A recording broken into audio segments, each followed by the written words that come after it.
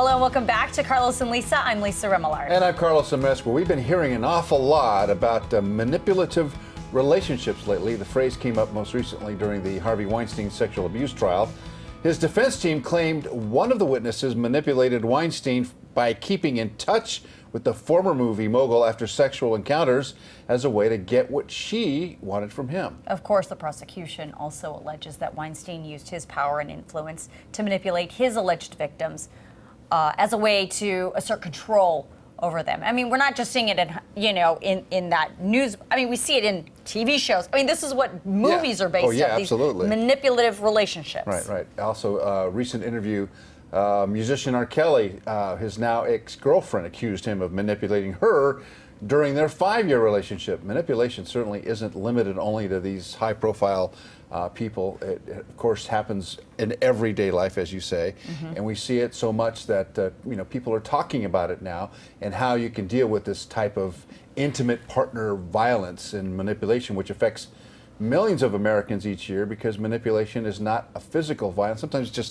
it's a mental thing and it goes unnoticed. Well, it goes unnoticed from the outside world and not necessarily internally. So how do you identify if you are on the receiving end of that manipulation, especially if it's coming from a loved one?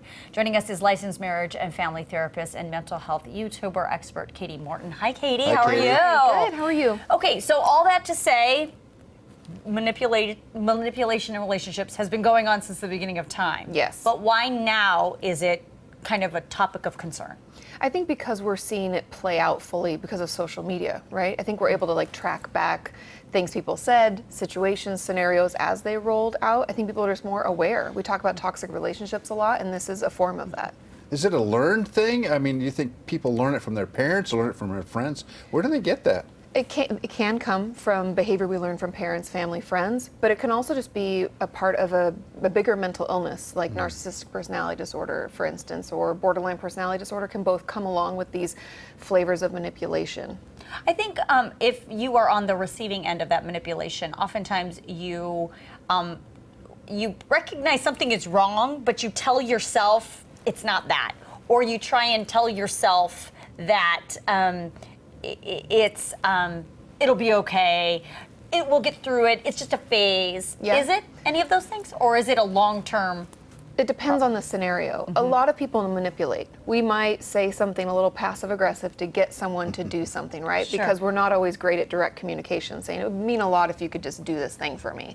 Instead, we'll drag, let's say we don't want to go to a party, but our spouse really wants us to go. We can drag our feet, we can forget where the keys are, we can do a lot of these passive-aggressive things to make us late. Right. So in that we don't way, have to spend much time there. Exactly. Right. So that's what I would call just regular basic manipulation in relationships to do what we really want to do. However, when that goes further to what we call gaslighting, when you remember something one way and I'm like, that's not what happened, you're remembering it wrong. You actually were the one that was mean to me. We turn to the tables on people. That's when it becomes more toxic and it can be dangerous for people. Wow. And that's kind of what we're seeing play out in the news these days. Everywhere. That term gaslighting, I keep seeing it over and over and over again. But why are we powerless to stop it? I mean, it seems if you're the manipulator, you're holding all the cards, and then there's those people who can't seem to figure it out. They're easily manipulated. Some of us can be, especially if we're very, we believe in the good in people. Yeah. We really want to believe that you mean the best. But if we have healthy boundaries, that's the best armor against this, is if you're like, no, I didn't want to do this. You speak clearly, you tell them what you want, what you don't want, and you don't allow certain behavior. Like, no, you're remembering it incorrectly, and you say, hey, I remember it how I remember it. I don't want to talk about this anymore. Boom, Wow. You've shut down the manipulation.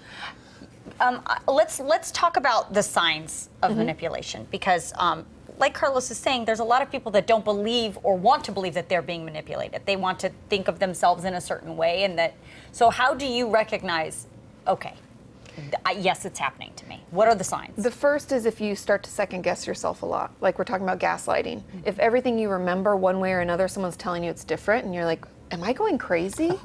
That's a really a big red flag. That makes a lot of sense. Also, if you feel bad about yourself when you're around a certain person, that's another sign, because they usually tend to put us down any chance they get. If we find ourselves slowly being isolated, like we're losing close friendships, those are all things that I would tell people to look out for. What is the danger of not recognizing it and stopping it? Yeah. There's so much. Well, yeah. First of all, really detrimental relationship to your own thoughts about yourself, your own confidence. And it can also cause us to be in a series of relationships that are similar because that starts to feel comfortable. So it erodes our sense of self, our confidence, and can lead to more toxic relationships. Not to mention, I would imagine, then as the one who is being manipulated, you might end up doing things that you would never do, on your own accord. 100%, not to even go down that route, but you could really get into some serious trouble on your own. Well, yes, because if you are being manipulated, remember they're like making us think that we're crazy, we're remembering things differently. If they're trying to get us to do things right through this, we can end up doing things we would never do. Now, if you're a salesperson, you're all about manipulation. Because, so there are some positive things you can do, right, with the skill set of being able to get people to do what you want them to do. Like leaders use manipulation. Tell me about some of the positive sides of this. I think some of the positives are when you're doing things for the betterment of others and trying to get people on board for something that's positive. That can be a good thing as well. I mean, sales is good for you as the salesperson, but maybe not for the person that you're selling to. So I don't know if that is always correct. Right. But I think in a lot of ways it can lead to leadership skills, kind of cult personalities. I think that's why celebrities are so good at it, is because they know how to read people and situations. I don't know if manipulation is ever 100% a positive thing. I think it's better to have direct communication, clear understanding, but it can lead to success. Right. Unfortunately. Yeah, right. yeah. Well, because we're prone, we want to hear what we want to hear, and if somebody is telling us what we want to hear, then we're like, yes, tell me more. Yeah, exactly. Right. Okay. Lastly, what about the person that is the manipulator? Is that person inherently an evil person, or is that just the nature of them trying to get what they want out of it? Most people aren't inherently evil. I mean, by and large, we know. I'd like to believe that. I know. Me too. I mean, I've met a couple of real evil people in my day. And there are a few. Right. But the percentage is so low. Most people who are manipulative just don't have other ways of getting their needs met. They never learned how to directly communicate and that it's okay to say that made me upset. They don't know how to express that. Therefore, they use other skills and tools to get their way. Yeah. Interesting. So be direct. I think that's the best way not to be manipulated. Yeah, I love that. Yeah, I love that. I remember it differently.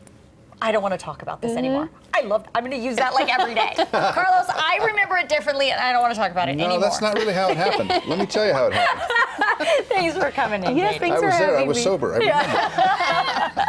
remember. We'll be right back.